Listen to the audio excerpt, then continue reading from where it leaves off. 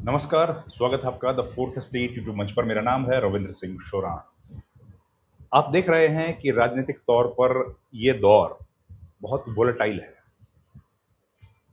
नए नए मुद्दे उठ रहे हैं, नई नई बातें हम लोग सुन रहे हैं।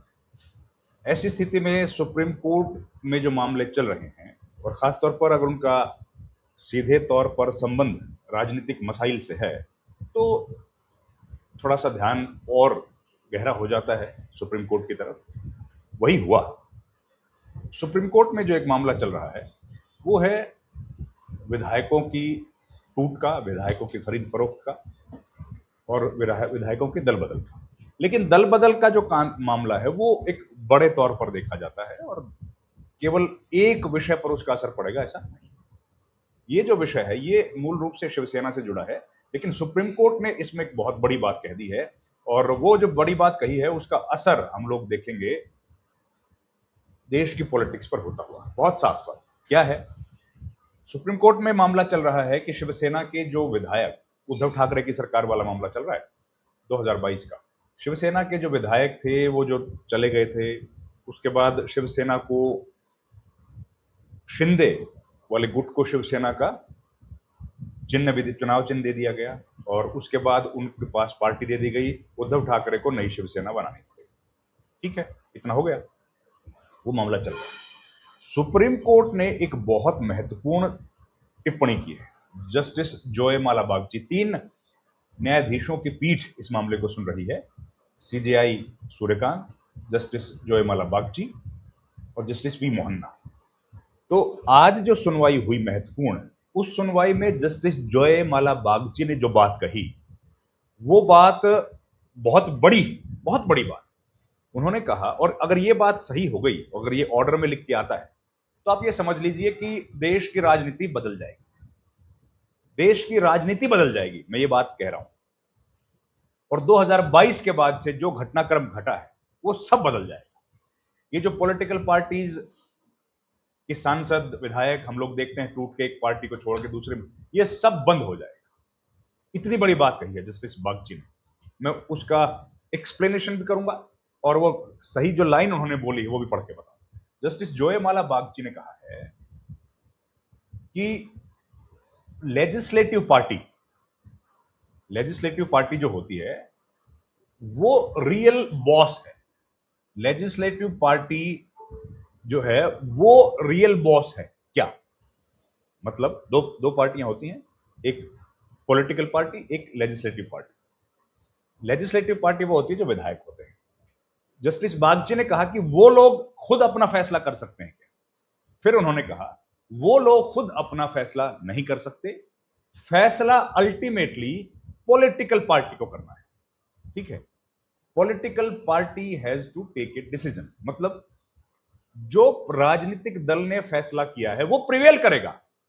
लेजिस्लेटिव पार्टी के अगर विधायक हैं या सांसद हैं, मेजोरिटी है, वो लोग डिसाइड कर लें कि हम लोगों को ये छोड़ के जाना है, या हम लोग यहां से दूसरी पार्टी में जाना चाहते हैं विधायक, तो वो लोग ये तय कर सकते हैं क्या? जस्टिस बागची ने कहा है कि वो लोग तय नहीं कर सकते हैं, तय करना चाहिए पॉलिटिकल पार्टी को। तो पॉलिटिकल पार्टी, अगर एग्जांपल से मैं आपको बताऊं, अभी हम लोग देख रहे हैं कि ममता बनर्जी, उनके साथ कुछ विधायक हैं, ममता बनर्जी हैं, उनके साथ कुछ विधायक हैं, कुछ सांसद हैं, और कई विधायक और कई सांसद उनको छोड़ के चले गए। देखा ना हमने? ठीक है, तो वो ये कह रहे हैं कि विधायक और सांसद जो उनको छोड़ के चले गए हैं, वो उनका फैसला सही नहीं है। सही वो फैसला है जो ममता बनर्जी, जिनके पास पॉलिटिकल पार्टी है, वो करेंगे। उन्होंने ये बात कही Subhash Desai versus union of India के मामले को। मैं आपको पूरा वो लाइन पढ़ के बताता हूं। उनका जो लब्बो लुबाब था वो ये था कि पॉलिटिकल पार्टी का फैसला ही मान्य होगा, लेजिस्लेटिव पार्टी की मेजोरिटी अपना फैसला नहीं कर सकती। ठीक है, तो इस अगर ऐसा हो गया, उन्होंने क्या बोला, on the strength of the constitution bench in Subhash Desai का एक केस था, दैट ए पॉलिटिकल, और ये फैसला किसका है? संविधान पीठ का, 5 न्यायाधीशों की पीठ का है, उससे ऊपर की पीठ का।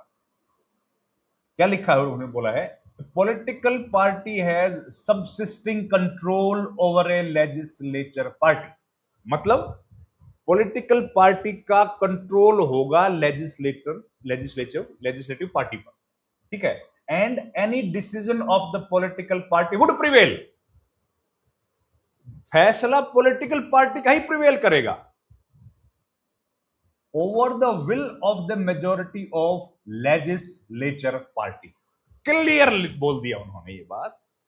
सुभाष देसाई का एक फैसला था, उसको कोट करके कह दिया है कि भैया लेजिस्लेटिव पार्टी की मेजोरिटी का जो फैसला है उस फैसले के ऊपर पॉलिटिकल पार्टी का फैसला प्रिवेल करेगा, क्योंकि political party is the real boss.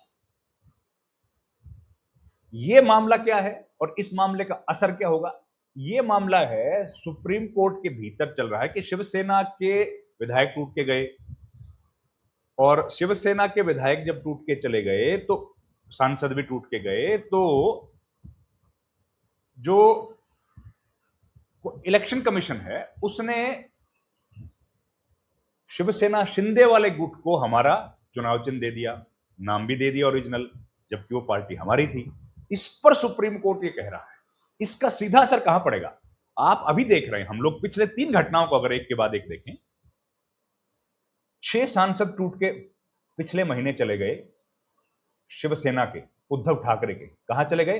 Shinde गुट में, ठीक है। एक उसके पहले 20 या 22 विधायक सांसद टूट के चले गए तृणमूल कांग्रेस के बागी विधायक एनसीपीआई में, national citizens party of India, ठीक है। और उसके पहले चले जाइए 7 सांसद राज्यसभा के छोड़ के चले गए, इसको आम आदमी पार्टी को। उनका आम आदमी पार्टी के सांसदों का मर्जर हो गया बीजेपी में। शिवसेना उद्धव ठाकरे के सांसद लोकसभा सदस्यों का मर्जर हो गया शिवसेना शिंदे में, जो असली शिवसेना है आज की तारीख में, और एनसीपीआई में मर्जर हो गया बागी में। लेकिन इन तीनों की जो मेन पॉलिटिकल पार्टी है वो इस फैसले के खिलाफ है। मतलब ये जो मर्जर हुआ है ये मेजॉरिटी ऑफ एमपीज का हुआ है, जो कि पॉलिटिकल पार्टी के फैसले के खिलाफ है। कोर्ट ही कह रहे हैं, जस्टिस जयमाला बागची, हालांकि ऑब्जर्वेशन ओरल है, फिर कह रहा हूं, लेकिन इसने एक बड़ी बात कह दी है और इसका असर संसद में पड़ता दिखेगा। क्यों? क्योंकि अभी भी एनसीपीआई को रिकॉग्निशन नहीं दिया गया है, उनको मान्यता नहीं मिली है। एनसीपीआई नाम की पॉलिटिकल पार्टी संसद के बाहर तो है, लोकसभा के बाहर तो है, लेकिन लोकसभा के भीतर नहीं है। लोकसभा के भीतर आज भी वो सब सांसद ऑल इंडिया तृणमूल कांग्रेस के ही सांसद हैं। तो इस फैसले का असर, फिर मैं कह रहा हूं, ओरल ऑब्जर्वेशन है, लेकिन इन ओरल ऑब्जर्वेशन का असर उन फैसलों पर जरूर पड़ेगा जो ओम बिरला ले सकते हैं, या लेने वाले हैं। और इनका असर पड़ेगा ज्ञानेश कुमार पर भी।